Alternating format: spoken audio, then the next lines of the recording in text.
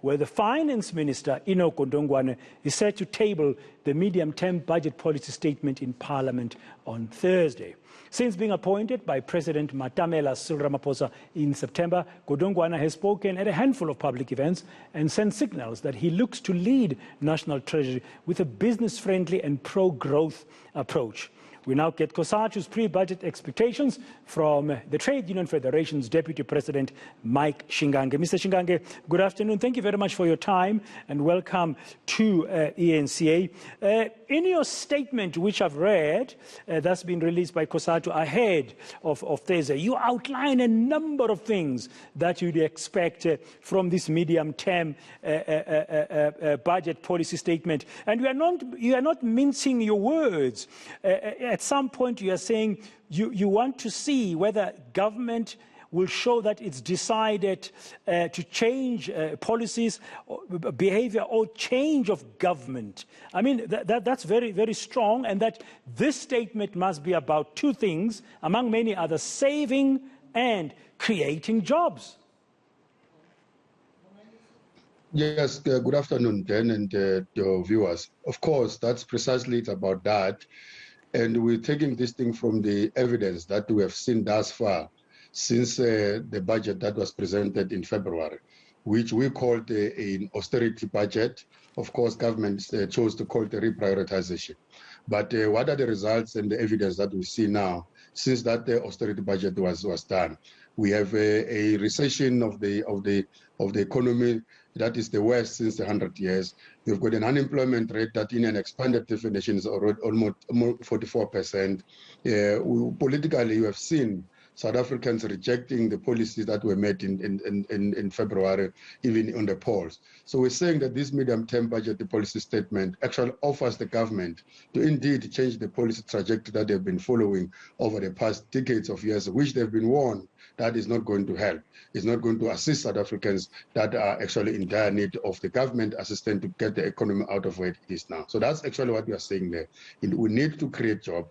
We need to hold the job bloodbath that we are seeing now as and when we try to create the new other jobs.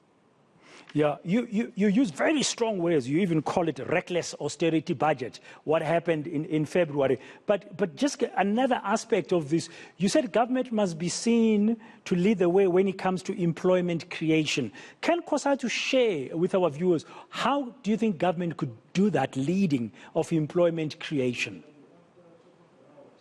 First, the government is a leading employer in the country. They have allowed that much as private sector, it's retrenching workers themselves. When people leave their employment in terms of natural attrition, they don't fill those vacancies. They have allowed or actually collapsed majority of the state-owned enterprises in the institutions that are at the hands of the state in order for them to intervene in the economy. Should they strengthen those, expand them, they will be one of those institutions that create jobs.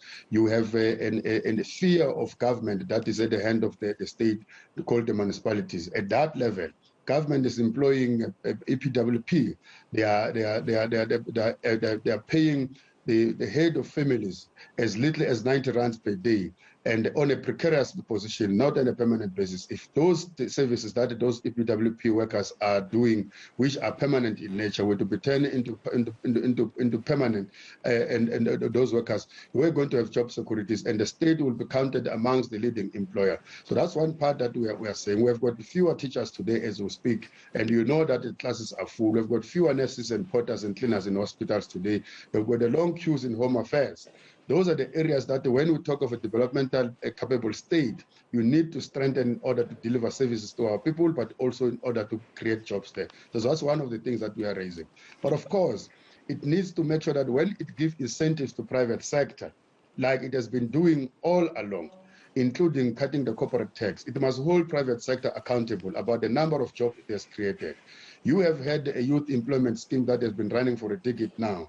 Year in and year out, they are getting incentives. But we're not getting any accountability as to how many jobs that these companies have given to our young people. You have got the corporate tax that they've cut. Recent now is now at 27%, with no accountability whatsoever, whether we're creating jobs or we're saving jobs. So that's one of the things that we are raising. During COVID-19, big business have gotten a bailout of a whole lot of billions of rands, but without them being told that all we are asking for you is not to retrench workers. They've gone on and create workers. Retrench workers. So that's surely, it's not leading in terms of creating of jobs. Okay, we don't have much time left. This is just a preview. I mean, your statement is long and it goes into a lot of details. You touch on the issue of corruption, and you touch on the issue you're calling for a single, transparent, online public procurement system in terms of tenders. But there's one last point I want to touch with you because it is currently in the news. And I spoke to one of your affiliates a short while ago, the National Union of Mine Workers, and you, in your statement, ahead of this medium-term budget policy statement on Thursday, you touch on it. ESCOM, that word. You say here, and I'm reading, and I just want a quick comment, what do you mean by this? Additional support for ESCOM as the economy will not recover without reliable and affordable electricity. We're in the middle of stage 4 blackouts currently. Additional support for ESCOM. Very quickly, if you may say, what do you mean as Cosatu? What is this support? What is this additional support that must be given to ESCOM, which is clearly failing in delivering electricity to the nation? You'll remember then that a year ago, Cosatu and government and business have signed what we call an ESCOM Energy Compact in the network.